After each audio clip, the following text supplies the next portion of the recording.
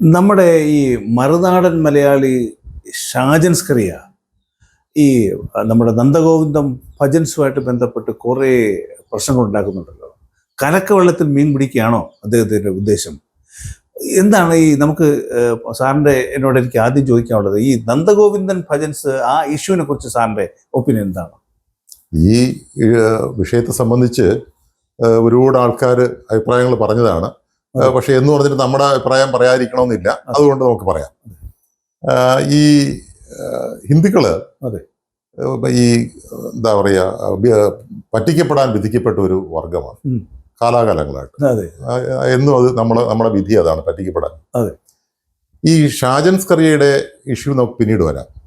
ഈ നന്ദഗോവിന്ദം ഭജൻസ് ഇവിടെ പ്രചാരം വരുന്നത് എപ്പോഴാണ്? കഴിഞ്ഞ ഒരു വർഷത്തിനിടയ്ക്കാണ്. ഈ വേടന്റെ ഇഷ്യൂവിന് ശേഷമാണ് ഈ പറഞ്ഞ വേടന്റെ പാട്ടുകൾ കേട്ടിട്ട് നമ്മുടെ ഹിന്ദുക്കളുടെ ഇടയിൽ വലിയൊരു കൺസേൺ ഉണ്ടായി. നമ്മുടെ കൾച്ചർ, നമ്മുടെ പാരമ്പര്യം ഒക്കെ അഫക്റ്റ് ചെയ്യപ്പെടുന്നു, അത് ഇല്ലാതാകുന്നു എന്നൊരു കൺസേൺ ഉണ്ടായി. അങ്ങനെ ഇരിക്കുമ്പോഴാണ് ഈ പറഞ്ഞ ഈ നന്ദഗോവിന്ദം ഭജൻസ് എന്ന് പറഞ്ഞ ഗ്രൂപ്പിന്റെ പേര് പൊങ്ങി വരുന്നത്.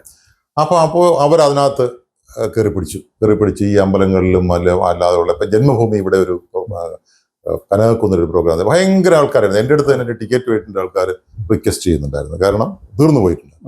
അപ്പം അങ്ങനെ ഒരു വലിയ പ്രചാരം കിട്ടി. പിന്നെ അവർ തിരിഞ്ഞു നോക്കിയിട്ടില്ല. പിന്നെ എല്ലാ ദിവസവും പ്രോഗ്രാം, വെളിയിൽ പ്രോഗ്രാം, അകത്ത് പ്രോഗ്രാം, അങ്ങനെയായിട്ടുള്ള ഒരു വലിയ പ്രചാരം കിട്ടി അവർക്ക്.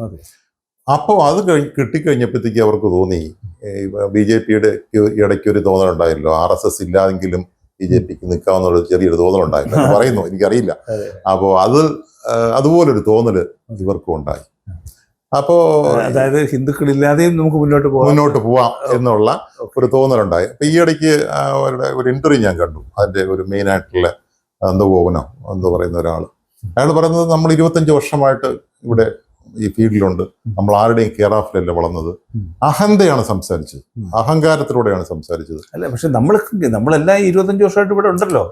ഞാൻ കേട്ടിട്ടില്ല. ഞാൻ ഇവിടെ ഈ ജന്മഭൂമി ആദ്യമായിട്ട് പ്രോഗ്രാം നടത്തുമ്പോഴാണ് ഞാൻ ശരിക്കും പറഞ്ഞാൽ ഈ ഗ്രൂപ്പിനെ കുറിച്ച് കേൾക്കുന്നത്. എന്തായിരുന്നാലും അതിന് ഒരു വർഷത്തിന് മുമ്പ് മാത്രമായിരിക്കണം ഇത് വളർന്നിട്ടുണ്ടാവുക. ഒരു വർഷവും ഇല്ല എന്ന് തന്നെ എനിക്ക് തോന്നുന്നു. അപ്പോൾ അങ്ങനെ അതാണ് ഈ പ്രശ്നം അവർക്ക് വളരെ അമിക്കബിളായിട്ട് ഒതുക്കാമായിരുന്നു. അതായത് ഇപ്പൊ ഹിന്ദുക്കളുടെ ഇടയിൽ ഒരു രണ്ട് വിഭാഗമായി മാറി. ഹിന്ദു ഇത് ഗാനമാണെന്നും അപ്പൊ ഇവരെ പറഞ്ഞത് തെറ്റില്ല എന്നും, അതല്ല അത് പറഞ്ഞത് വളരെ തെറ്റാണെന്നും വളരെ രണ്ട് ഇതായിട്ട് മാറി.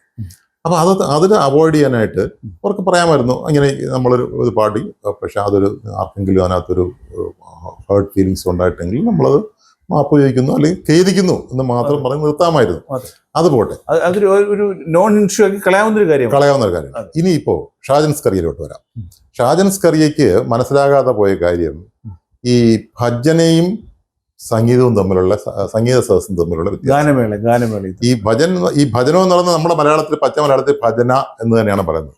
അതിന്റെ ഒരു ഹിന്ദി വേർഷൻ ആണെന്ന് പറയും ഭജൻ. അവിടെയൊക്കെ ഈ നോർത്തിലൊക്കെ അവിടെ എല്ലാ വീടുകളിലുള്ള റിലീജിയസ് ഫംഗ്ഷനും അമ്പലങ്ങളിലെ ഫംഗ്ഷനും ഈവൻ ട്രെയിനിൽ വരെ ഈ ഭജൻസ് ആൾക്കാർ അത് നമ്മളെപ്പോലെ ഇവിടെ പോലെ ഇപ്പോൾ ഒരു 5-6 പേര് ഭജന പാടുക, മറ്റുള്ളവർ കേട്ടിരിക്കുക, തലകുലുക്കുക എന്നല്ല, അവരെല്ലാവരും കൂടെ ഒരുമിച്ചതിനകത്ത് they become part of it. അങ്ങനെ ഒരു വളരെ സീക്രട്ടായിട്ട് നടത്തുന്ന ഒരു ആക്ടിവിറ്റിയാണ് ഈ ഭജൻ എന്ന് പറയുന്നത്. അപ്പൊ ആ ഭജൻ നടത്തുമ്പോഴത്തേക്ക് ഇപ്പൊ നമ്മുടെയൊക്കെ ഇവിടെ അമ്പലങ്ങളിൽ പിന്നെ 2 പ്രോഗ്രാം ഉണ്ടാവും ഒരു ദിവസം. ശ്രദ്ധിച്ചിട്ടുണ്ടാവും നിങ്ങളൊക്കെ. എൻ്റെ അറ്റ്ലീസ്റ്റ് ഇവിടെ തിരുവനന്തപുരത്തൊക്കെ അങ്ങനെയാണ് നമ്മൾ കണ്ടിട്ടുള്ളത്. അതായത് രാവിലെ ഒരു 6-6:30 മണിയാവുമ്പോൾ ഒരു ഭജനയുണ്ടാവും, അല്ലെങ്കിൽ എന്താണ് ഭക്തിഗാനസുധ എന്നൊക്കെ പറഞ്ഞിട്ട് ഓരോ അതായത് ദൈവത്തിനെ സ്തുതിക്കുന്ന ഗാനങ്ങൾ മാത്രം ഉൾക്കൊണ്ടുകൊണ്ടുള്ള ഒരു പ്രോഗ്രാം. അതൊരു 1 മണിക്കൂർ 1.5 മണിക്കൂർ അതിലുണ്ടാവും. പല ഭജന ഗ്രൂപ്പുകളും തന്നെ ഉണ്ട്. പണ്ട് ശബരിമല സീസണൊക്കെ ഉണ്ടായിരുന്നപ്പോഴത്തേക്ക് ഈ ഭജന ഗ്രൂപ്പുകൾ ഇങ്ങനെ ഭജനയും പാടി ഓരോ വീടുകളോളം പോയിക്കൊണ്ടിരുന്നതാണ്. അതിനകത്ത് ഹിന്ദു ദൈവങ്ങളെ സ്തുതിച്ചുകൊണ്ടുള്ള പാട്ടുകളെയാണ് ഈ ഭജന എന്ന് പറയുന്നത്. അതേസമയം പാട്ടെന്ന് പറയുന്നത് അത് കഴിയുമ്പോൾ ഈ 6 കഴിഞ്ഞു കഴിഞ്ഞാൽ ഒരു 9 മണിയൊക്കെ ആകുമ്പോൾ അല്ലെങ്കിൽ 10 മണിയാകുമ്പോൾ പിന്നെ ഒരു പ്രോഗ്രാം ഉണ്ടാവും, ഒരു നാടകമോ അല്ലെങ്കിൽ ഇതുപോലെയുള്ളൊരു പിന്നെ എന്താ പറയാൻ സംഗീത സദസ്സ് എന്നൊക്കെ പറഞ്ഞിട്ട് ഗാനമേള എന്നൊക്കെ പറഞ്ഞപ്പോൾ അതിനകത്ത് എല്ലാ ഗാനങ്ങളും പാടും, ഡപ്പാങ്കൂത്ത് പാട്ടുകൾ പാടും, അതൊക്കെ ചെയ്യും, സിനിമാ പാട്ടുകളെല്ലാം പാടും. പക്ഷെ ഈ ഭജനയില് ഒരു പിന്നെ ഹിന്ദു ദൈവങ്ങൾക്ക് അല്ലാതെ ഒരു ദൈവത്തിനെ, എസ്പെഷ്യലി ആ ദൈവങ്ങൾ മാത്രമാണ് ദൈവങ്ങൾ എന്ന് പറയുന്ന മതങ്ങളിലെ, മറ്റു മതങ്ങളെല്ലാം അങ്ങനെ തന്നെയാണ്. ഹിന്ദു മതം പോയി കഴിഞ്ഞ് ബാക്കിയെല്ലാം ഏകദേശം സെമിറ്റിക് മതങ്ങളാണ്, എക്സെപ്റ്റ് പിന്നെ എന്താ പറയുക നമ്മുടെ ബുദ്ധിസം അങ്ങനെ പറയുന്നില്ല എന്ന് എനിക്ക് തോന്നുന്നുണ്ട്, ജൈനിസവും അങ്ങനെ പറയുന്നില്ല, അതൊക്കെ സെക്റ്റാണെന്ന് പറയാം. പക്ഷെ എന്തായിരുന്നാലും ഈ ആ ഭജനകളിൽ ഒന്നും തന്നെ ഇങ്ങനെ ഒരു വേറൊരു പിന്നെ മതത്തിൻ്റെ ദൈവത്തിനെ പ്രകീർത്തിച്ചുകൊണ്ടുള്ള ഗാനങ്ങൾ ഞാൻ കേട്ടിട്ടില്ല. ശരിക്കും ഭജന എന്ന് പറയുന്നത് ദൈവങ്ങളുടെ, ഹിന്ദു ദൈവങ്ങളെ പ്രകീർത്തിച്ചുകൊണ്ടുള്ള ഗാനങ്ങളാണ്. അപ്പോൾ ഇയാൾക്ക് പറ്റിയ കുഴപ്പം അത് രണ്ടായി കാണാൻ ഇയാൾക്ക് പറ്റിയിട്ടില്ല. ഇയാൾ ഇപ്പൊ 2-3 വീഡിയോ ഒക്കെ ചെയ്തു. എനിക്ക് തോന്നുന്നത് ബോധപൂർവ്വം ഒഴിവാക്കിയതായിരിക്കണം. കാരണം ചിദാനന്ദപുരി സ്വാമി അത് വളരെ കൃത്യമായിട്ട് പറഞ്ഞു തന്നു. ഒരു യാതൊരു സംശയത്തിനും ഇടയില്ലാതെ എന്താണ് ഭജനയെന്നും എന്താണ് ഗാനമേളയെന്നും ഉള്ളത് വളരെ കൃത്യമായിട്ട് അദ്ദേഹം പറഞ്ഞിരുന്നു. അത് സാഹചര്യം കേട്ടിരിക്കാനാണ് സത്യത. ഇത് ആ ഒരു കൺഫ്യൂഷൻ ക്രിയേറ്റ് ചെയ്ത് വെച്ചുകൊണ്ട് പൈസ ഉണ്ടാക്കാനുള്ള ശ്രമമാണ് അദ്ദേഹം നടത്തുന്നത് എന്നുള്ളതാണ് എൻ്റെ വ്യക്തമായ ധാരണ. ആയിക്കോടുന്നില്ല, ഞാനത് അതിനെക്കുറിച്ച് കമന്റ് ചെയ്യുന്നില്ല. അത് ശരിയായിരിക്കാം എന്ന് തന്നെയാണ് ഞാനും വിചാരിക്കുന്നത്. അല്ലായിരിക്കാം, അതിനുള്ള പോസിബിലിറ്റിയും ഉണ്ടാകാം. പക്ഷേ ഇയാൾ ചെയ്തത് ഇത് രണ്ടും കൂടെ കൂട്ടിക്കുഴച്ച് ഇത് അതിനകത്ത് തെറ്റില്ല. എന്നിട്ട് ഒരു അധീന എന്ന് പറഞ്ഞൊരു കുട്ടിയുണ്ട്, ഒരു ഭാരതി, ആ കുട്ടി ഇട്ട ഒരു പോസ്റ്റിനെ ഇയാൾ അതിൽ കയറി വളരെ മോശമായിട്ട്.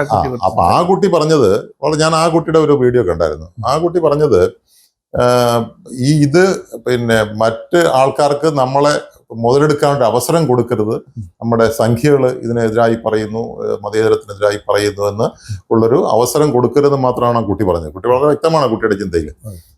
അതാണ് സാജന്റെ ഒരു എന്താ പറയുക ഡബിൾ സ്റ്റാൻഡേർഡ് എന്ന് പറയാൻ പറ്റുന്നത്. സാർ, ഇവിടെ ഈ ഷാജൻ സ്കറിയെ ക്രിയേറ്റ് ചെയ്യുന്ന വേറൊരു കൺഫ്യൂഷൻ, ഇത് ക്ഷേത്രത്തിന്റെ പരിപാടിയല്ല, ക്ഷേത്രത്തിന് പുറത്തു വെച്ചാണ് ഈ പ്രോഗ്രാം നടന്നത് എന്നൊക്കെ പറയുന്നുണ്ട്. പക്ഷേ അത് ക്ഷേത്രമായിട്ട് ബന്ധപ്പെട്ട പരിപാടിയാണ്, അതിന്റെ വെന്യൂ ക്ഷേത്രത്തിന് പുറത്തായിരിക്കാം. അതിനെക്കുറിച്ച് സാർ എന്താണ് മനസ്സിലാക്കിയത്? ക്ഷേത്രത്തിന്റെ പരിപാടി അല്ലെന്ന് എങ്ങനെ പറയാൻ പറ്റും?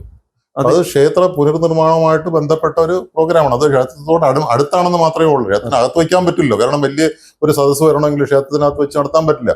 അപ്പൊ ക്ഷേത്ര കോമ്പൗണ്ട് തന്നെയാണ് എന്ന് പറയാം അടുത്തെന്ന് പറയുമ്പോൾ. അപ്പൊ അവിടെ ഇപ്പോഴും അയാള് ഈ ഭജനയും പിന്നെ സംഗീത സദസ്സും തമ്മിലുള്ള ഡിഫറൻസിനെ കുറിച്ച് അയാൾ ഡെഫിനറ്റ് ആയിട്ട് അത് അഡ്രസ് ചെയ്തൊരു ഇഷ്യൂ പറയുന്നില്ല. ഇയാള് ഇത് മാത്രമല്ല, ഇയാള് പിന്നെ എനിക്കിപ്പോ ഓർമ്മ വരുന്നത് പിന്നെ നമ്മുടെ RSS ആരോ പറഞ്ഞു, ഇയാളോട് പറഞ്ഞു ഇത് ഇയാളുടെ കൂടെയാണെന്ന് പറഞ്ഞു. അത് ഏത് RSS പറഞ്ഞു? അദ്ദേഹം പറയട്ടെ. അല്ലെ RSS തന്നെ തോന്നില്ലേ? RSSകാരിലും ഒറ്റുകൊടുപ്പുകാരുണ്ടോ എന്ന് തോന്നില്ലേ? അതുപോലെ തന്നെ അയാള് വേറൊരു കാര്യം പിന്നെ നമ്മൾ ശ്രദ്ധിക്കേണ്ടത്, ഇപ്പൊ ഓർമ്മ വരുന്നത്, ഈ KJP എന്നൊരു കൺസെപ്റ്റ് തന്നെ ഉണ്ടാക്കിയത് അയാളാണ്. BJP വക്രീകരിച്ച് അപ്പൊ അവരിൽ ഒരു ഡിവിഷൻ ഉണ്ടാക്കി. അപ്പൊ അതിന് സുരേന്ദ്രൻ നല്ല മറുപടി കൊടുത്തിട്ടുണ്ട്. അതിനകത്ത് അയാൾക്ക് പിന്നെ വിഷമുണ്ടായെന്നൊക്കെ പറയുന്നുണ്ട്. വിഷമുണ്ടാകണമല്ലോ. അതെ. പിന്നെ ഈ അമ്പലമായിട്ട് പറയുമ്പോൾ എനിക്ക് ഒരു കാര്യം കൂടെ പറയാനുണ്ട്. അമ്പലം ഞാൻ നേരത്തെ പറഞ്ഞു വഞ്ചിക്കപ്പെടുന്നു എന്ന് പറഞ്ഞാല്, ഈ പരിപാടികൾ ഈ ഒരു മുസ്ലിം പള്ളിയിലോ അല്ലെങ്കിൽ ക്രിസ്ത്യൻ ഇൻസ്റ്റിറ്റ്യൂഷനിലോ ഇങ്ങനെയുള്ള പ്രോഗ്രാംസ് നടത്തുന്നത് അവരെല്ലാം അതിനകത്ത് വെച്ചുള്ള ആത്മീയമായ ഫങ്ഷൻസ് ആണ് നടത്തുന്നത്. നമ്മളാണ് ഈ ആൾക്കാരുടെ കാശ് മുഴുക്കെ തിരിച്ചു പറക്കി കൊണ്ടുവന്ന് KPAC, സാംബശിവൻ, കൊല്ലം ബാബു എന്ന് പറഞ്ഞ് കുറെ കൊണ്ടുവന്നിട്ട് അവര് പിന്നെ ഒരു അച്ഛനുണ്ടല്ലോ പിന്നെ കലാഭവൻ, ഇതൊക്കെ കൊണ്ടുവന്നിട്ട് അവര് വന്നിട്ട് ക്ഷേത്ര അങ്കണത്തിൽ വന്നിട്ട് ക്ഷേത്ര ആചാരങ്ങളെക്കുറിച്ചും ഹിന്ദുത്വത്തെക്കുറിച്ചും ഒക്കെ കളിയാക്കുകയും ഒക്കെ ചെയ്ത് പ്രോഗ്രാം ചെയ്തു പോയിട്ടുള്ള അവസ്ഥ ഉണ്ടായിട്ടുണ്ട്. അതിനിപ്പോ ചെറിയൊരു മാറ്റം വന്നിട്ടുണ്ട്. അപ്പോഴത്തേക്കാണ് ഈ ഇങ്ങനൊരു ഇത് ശരിക്കും പറഞ്ഞാൽ ഇതിനകത്ത് പിന്നെ കമ്മികളുടെ ഒരു ഇന്റർഫറൻസ് ഉണ്ടോ എന്ന് എനിക്ക് സംശയമുണ്ട്. ഇനിയിപ്പോൾ അവർക്ക് കമ്മികളങ്ങ് ഏറ്റെടുത്തോളൂ അവരെ. അപ്പൊ അതുകൊണ്ട് അവർക്ക് ഫൈനാൻഷ്യലി അവർക്കൊരു നഷ്ടം വരുമെന്ന് നമുക്ക് പ്രതീക്ഷിക്കാൻ പറ്റില്ല. ഇത് പറയുമ്പോൾ ഇതിന്റെ കൂടെ ചേർത്ത് പറയേണ്ട ഒരു കാര്യമാണ്, നമ്മുടെ വേണു ബാലകൃഷ്ണന്റെ ഒരു വികേന്ദ്രൻ ഉണ്ടല്ലോ, അയാളും അയാളുടെ ഒരു ബ്രദറുണ്ട്, ഉണ്ണി ബാലകൃഷ്ണൻ. രണ്ടും വിഷവിത്തുക്കളാണ്. അതെ. വിഷം വമിക്കുകയാണ് അവരുടെ. അയാൾ ഈ ഇടയ്ക്ക് ഒരു വീഡിയോ ഇല്ല, അവരുടെ ബിഗ് ടി വി എന്ന് പറഞ്ഞൊരു സാധനത്തിനകത്ത്, അത് പൊളിഞ്ഞു പോകാറായി, തുടങ്ങുന്നതിന് മുമ്പ് തന്നെ ഇത് ചെയ്യുന്ന ഒരു സാധനമാണ്. അതിനകത്തിരുന്നും കൊണ്ട് വിഷം ചീറ്റുന്നത് കണ്ടു. അമ്പലങ്ങളിൽ മുഴുക്കെ ഇപ്പോൾ ആൾക്കാരെ തളച്ചിടുകയാണ്. രാവിലെ തൊട്ട് വൈകുന്നേരം വരെ ഭക്ഷണവും കൊടുത്ത് അവിടെ തളച്ചിടുന്നതാണ്. ഇതൊരു ഭയങ്കര ഗൂഢാലോചനയാണ്. ഇതിന് വരെ ഇന്റർനാഷണൽ ഫണ്ടിങ് ഉണ്ട് എന്നൊക്കെ പറഞ്ഞ് തോന്നിവാസം പറയും. ഇത് ശരിക്കും പറഞ്ഞാൽ ഇതൊക്കെയാണ് ആൾക്കാരെ ഈ അക്രമാസക്തമായ കാര്യങ്ങളിലോട്ട് തള്ളിവിടുന്ന പ്രസ്താവനയാണ് ഇതൊക്കെ. ശരിക്കും ഇവന് ഹിന്ദുത്വത്തെക്കുറിച്ചോ അല്ലെങ്കിൽ ഹിന്ദു ആചാരങ്ങളെക്കുറിച്ചോ നമ്മുടെ സംസ്കൃതിയെക്കുറിച്ചോ അറിഞ്ഞുകൂടാത്തിട്ടാണ്. നമ്മുടെ അമ്പലങ്ങളിലെല്ലാം എല്ലാ കാലത്തിലും ഭക്ഷണം ഉണ്ടായിരുന്നു. ഒരു ചില ഇതിലൊക്കെ നമ്മുടെ നമ്പൂരി ഇടങ്ങളിലൊക്കെ രാത്രി കതകടയ്ക്കുന്നതിന് മുമ്പ് ഇനി ആരെങ്കിലും ഭക്ഷണം കഴിക്കാനുണ്ടോ എന്ന് ചോദിച്ചിട്ട് തന്നെയാണ് അടച്ചിരുന്നത്. അവർക്ക് ഭക്ഷണം കൊടുക്കാൻ നിവൃത്തിയില്ലായെപ്പോഴും ഇതൊരു റിച്വലായിട്ട് അവർ ചെയ്തിരുന്നു. അപ്പൊ അത് ഇയാൾക്ക് പിന്നെ അറിയില്ല അത് കാര്യം. ഇത് എന്നാൽ അയാൾ ഞാൻ നിങ്ങൾക്ക് സുരേഷ് ജി അഞ്ചൽ നിന്നല്ലേ, അഞ്ചലിലൊക്കെ ഒരുപാട് ക്രിസ്ത്യൻ പള്ളികളും ഒക്കെ ഉള്ളതാണല്ലോ. അവിടെയൊക്കെ ക്രിസ്ത്യൻസ് ഏത് ദിവസമാണ് പള്ളിയിൽ പോയിരുന്നത്? പണ്ട് സൺഡേകളിൽ മാത്രമേ വരുന്നു. ഇപ്പോഴോ? ഇപ്പൊ അതിന് മാറ്റം ഉണ്ടായിട്ട് തോന്നലല്ല. ഇപ്പൊ അവര് രാവിലെയും വൈകുന്നേരവും പള്ളിയിൽ പോകും. മുസ്ലിംസ് പള്ളികളിൽ നിന്ന് പോണത് 5 നേരം അത് അല്ല, പള്ളികളിൽ നിന്ന് പിരിഞ്ഞു പോകുന്നത് രാത്രി 1 മണിക്കും 12:00ക്കും 1 മണിക്കും ഒക്കെയാണ് ഞാൻ കണ്ടിട്ടുള്ളതാണ്. പിന്നെ അപ്പോ അതിനെക്കുറിച്ചൊന്നും പറയാൻ, അവർക്ക് വരുന്ന ഫണ്ടിനെ കുറിച്ച് പറയില്ല. ഇവിടെ ഫണ്ട് ഇവിടെ അവിടെ നിന്ന് പിരിച്ചു പറക്കുന്ന കാശാണ് പലപ്പോഴും. ഇപ്പൊ പിന്നെ അന്നൊക്കെ ഭക്ഷണം കൊടുത്തിരുന്നത് കഞ്ഞിയായിരുന്നു. കഞ്ഞി വീഴ്ത്താടുന്ന അവിടെയൊക്കെ ഉണ്ടായിരുന്നു, പലയിടത്തും ഉണ്ടായിരുന്നു. അന്ന് ഫുഡ് വാസ് സ്കേഴ്സ്. അപ്പോൾ അത് വേണമായിരുന്നു. അതിന്റെ ഭാഗമായിട്ടാണ് അത് ചെയ്തിരുന്നത്. പക്ഷെ ഇന്നിപ്പോ പിന്നെ ഇവർക്ക് ഇപ്പൊ ഈ അമ്മമാർക്കൊക്കെ മിക്കവാറും എല്ലാവരും പിള്ളേരൊക്കെ വെളിയിലൊക്കെ ആയപ്പോൾ ഇവർക്ക് വീട്ടിൽ ഭക്ഷണമൊന്നും ഉണ്ടാക്കണ്ട. അപ്പൊ അതുകൊണ്ട് ഇത് ആരെങ്കിലും സ്പോൺസർ ചെയ്യുന്ന സംഭവമാണ്. അല്ലാതെ ഇതിനകത്ത് ഫണ്ടിങ് അതൊക്കെ ശരിക്കും പറഞ്ഞാൽ ഇയാൾക്കെതിരെ ഒരു ക്രിമിനൽ കുറ്റം ചുമത്തേണ്ടതാണ്. അതായത് സമൂഹത്തിന്റെ ഇടയിൽ ദുഷ്പ്രചരണം നടത്തുന്നു, ഹിന്ദുക്കളെ വിഷം ചീറ്റുന്നു എന്നുള്ള രീതിയിൽ അയാളെ പ്രോസിക്യൂട്ട് ചെയ്യേണ്ടതാണെന്ന് എൻ്റെ അഭിപ്രായം. ഈ വേണുബാലകൃഷ്ണൻ നിങ്ങൾ കേട്ടിട്ടുണ്ടാവും, അദ്ദേഹം ഈ മീടു വിഭാഗത്തിൽ പെട്ട ആളാണ്. കുറച്ചു നാൾ പത്തിയൊക്കെ താഴ്ത്തി ലോ പ്രൊഫൈൽ ആയിരുന്നു. ഇപ്പൊ ബിഗ് ടി വിയിൽ പോയി കുറച്ച് കാശൊക്കെ കിട്ടിയപ്പോൾ വീണ്ടും തുടങ്ങിയിരിക്കുകയാണ്. സാർ, നമുക്ക് കൺക്ലൂഡ് ചെയ്യാം. അതിന്റെ ഭാഗമായിട്ട് സാറിന് എന്താണ് ഇത് പറഞ്ഞ് എന്താണ് പ്രേക്ഷകരോട് പറയാനുള്ളത്? 3 കാര്യങ്ങളാണ്. ഒന്ന്, ഈ ഭജനയും സംഗീത ഗാനമേളയും തമ്മിലുള്ള ഡിഫറൻസിനെ കുറിച്ച് ഷാജൻ കൃത്യമായ മറുപടി പറയണം. അത് ഇതുവരെ അദ്ദേഹം പറഞ്ഞിട്ടില്ല. 2, RSSന്റെ ആൾക്കാരോ വിളിച്ച് അദ്ദേഹത്തിനോട് പറഞ്ഞത്ര അദ്ദേഹം ശരിയായിട്ടുള്ള സമീപനമാണ് എടുത്തതെന്ന്. അതാരാണെന്ന് വെളിപ്പെടുത്തണം. കാരണം അങ്ങനെ RSSകാരെ സംശയമനി നിർത്തുന്നത് ശരിയല്ലല്ലോ.